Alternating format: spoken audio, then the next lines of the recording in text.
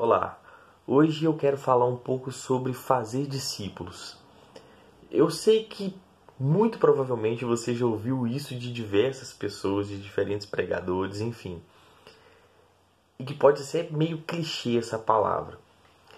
Mas hoje eu quero trazer de uma forma um pouco diferente. Eu quero bagunçar a sua zona de conforto. Lá em Mateus, no Evangelho de Mateus, no capítulo 28, dos versos 19 a 20, Jesus fala o seguinte: Vão e façam discípulos, ou portanto ide e fazei discípulos de todas as nações, batizando-os em nome do Pai, do Filho e do Espírito Santo, e ensinando-os a obedecer a tudo o que eu lhes ordenei, e eu estarei com vocês até a consumação dos séculos. Jesus, depois que ele ressuscita e antes dele ascender aos céus, ele deixa uma missão, que é da gente continuar a obra dele. Que obra? Conforme o texto de Mateus capítulo 4, versículo 19, Jesus fala o seguinte: Sigam-me e eu farei de vocês pescadores de homens. Essa obra é fazer discípulos para Jesus. E o que é um discípulo? Provavelmente você sabe que discípulo é um seguidor. Nesse caso, fazer um seguidor para Cristo. E como que a gente faz um discípulo? É aí que tá. É aí que a gente vai bagunçar a nossa zona de conforto. Conforme esse texto de Mateus 28, é indo, ensinando e batizando. No caso, vocês vão entender melhor. O indo, ele pressupõe, quando ele fala ide, o texto original grego, ele refere-se a um gerúndio, ele fala indo.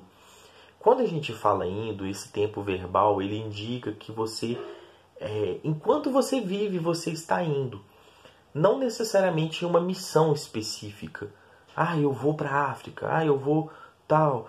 Não é uma missão específica, é uma missão diária. De onde você estiver, se você está na sua faculdade, no seu trabalho, independente de qual trabalho seja, você está indo e vem o segundo verbo, que é o ensinando. Ensinando o quê? Conforme esse texto. Ensinando a obedecer tudo que eu lhes tenho ordenado. Isso aí eu vou deixar um pouquinho para depois, que eu quero focar aí. E por fim, o batizando. O batizar é você consolidar a pessoa na fé até que ela se sinta desejosa de assumir isso publicamente. Mas vamos voltar para o ensinando. Ensinando o quê? Tudo o que eu lhes tenho ordenado. Ok. Se eu quero fazer discípulo, eu tenho que ser um discípulo, certo? Certo. Existem algumas coisas que são obrigações um discípulo saber se ele quiser fazer outro discípulo. E é aí que bagunça a nossa zona de conforto. Porque eu vou dar aqui 8 pontos que, de verdade, vocês têm que... Nós, quando eu falo vocês, eu falo nós. Somos obrigados a saber se a gente quiser formar outros discípulos. Que a gente precisa saber pra gente e saber explicar para as pessoas. Que é o quê? Primeiro, reconhecer que nós somos pecadores. E várias bases bíblicas para isso, mas eu vou citar aqui e vou dar uma só. Então, reconhecer que somos pecadores. Romanos 3, 12 e 23. Romanos capítulo 3, versículos 12 e 23. Anota aí. Segunda coisa que você é obrigado a saber. Nós somos obrigados a saber. Entender que o salário do pecado é a morte. Reconhecer que somos pecadores e o salário de ser pecador é a morte, conforme Romanos 6, 23. Terceiro, a necessidade de arrependimento e de se confessar a Deus. Salmo 51, um clássico, né? Quarto, certificar a sua salvação. Ou seja, ter a certeza da sua salvação, saber explicar. Conforme Efésios 2, dos versículos 8 ao 9. Dá até para fazer mais, mas essa é a base. 5. Intimidade e necessidade de relacionamento integral com Cristo. Mateus 6,6. 6. Compromisso com o corpo de Cristo, que é o compromisso com a igreja e com o reino dele. 1 Coríntios capítulo 12, se você quiser ler ele todo, o versículo 27 dá um foco especial. Mas o capítulo todo ele é bom para isso. 7. O batismo. Romanos 6, 3, 4. E por fim, que é esse id que a gente está falando aqui agora, o indo, fazer discípulos.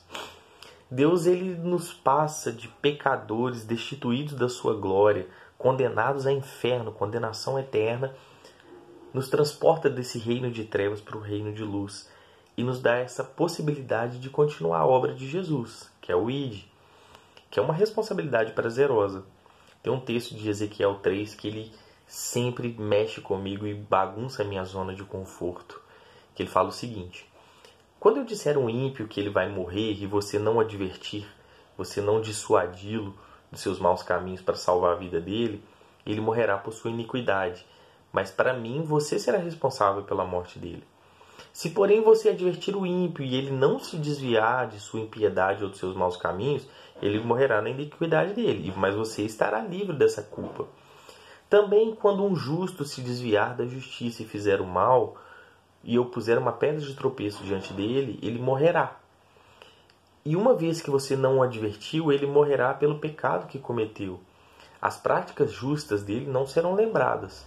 Para mim, porém, você será responsável pela morte dele. Se, porém, você advertiu o justo e ele não pecar, ele viverá porque aceitou a sua advertência e você estará livre da culpa. Esse texto, logicamente, que tem um outro contexto fora do que eu estou falando aqui. Mas por que eu quis usar ele? Para fazer uma ponte que responda uma pergunta. Então, por que Deus me salvou? Ou para que ele me salvou? Deus nos salvou para... E aí o Evangelho de Lucas, no Evangelho de Lucas, capítulo 4, versículo 18 e 19, fala o seguinte: que o Senhor me deu o Espírito e Ele me ungiu para levar as boas novas de Cristo aos pobres, e Ele me enviou para anunciar a liberdade aos presos, dar vista aos cegos, libertar os que estão sendo oprimidos e anunciar que chegou o tempo da graça do Senhor em que Ele salvará o seu povo. Como que eu respondo essa pergunta, então? Ele me salvou para pregar as boas novas, para libertar os condenados espiritualmente, para recuperar o sentido da vida das pessoas, para libertar os escravos do pecado. Que é basicamente uma tradução e aplicação desse texto de Ezequiel que eu li acima, para os dias de hoje. A nossa missão, então, é basicamente resumida a 4 verbos: ganhar, consolidar, treinar e enviar. É a nossa missão, é o nosso chamado daqui para frente, se a gente quer fazer discípulos e se a gente quer obedecer conforme a nossa fé pede. A conclusão que eu tiro de tudo isso é que para fazer discípulo, se a gente quiser ser formadores de discípulos para Cristo, conforme esse id, a gente precisa ter o conhecimento básico. E é uma obrigação prazerosa dar continuidade àquilo que Cristo começou. Esse é o fim de tudo. E eu quero só refazer esses 8 pontos aqui agora, com você anotando aí para ver se vai bagunçar a sua zona de conforto. A sua obrigação como discípulo é saber reconhecer que somos pecadores, entender que o salário do pecado é a morte. 3. A necessidade de se confessar e de arrepender, né? A necessidade de arrepender e se confessar para Cristo, para Deus no caso, né? Em oração, enfim. A certeza da salvação. A intimidade e a necessidade de um relacionamento integral com Cristo. Compromisso com o corpo de Cristo.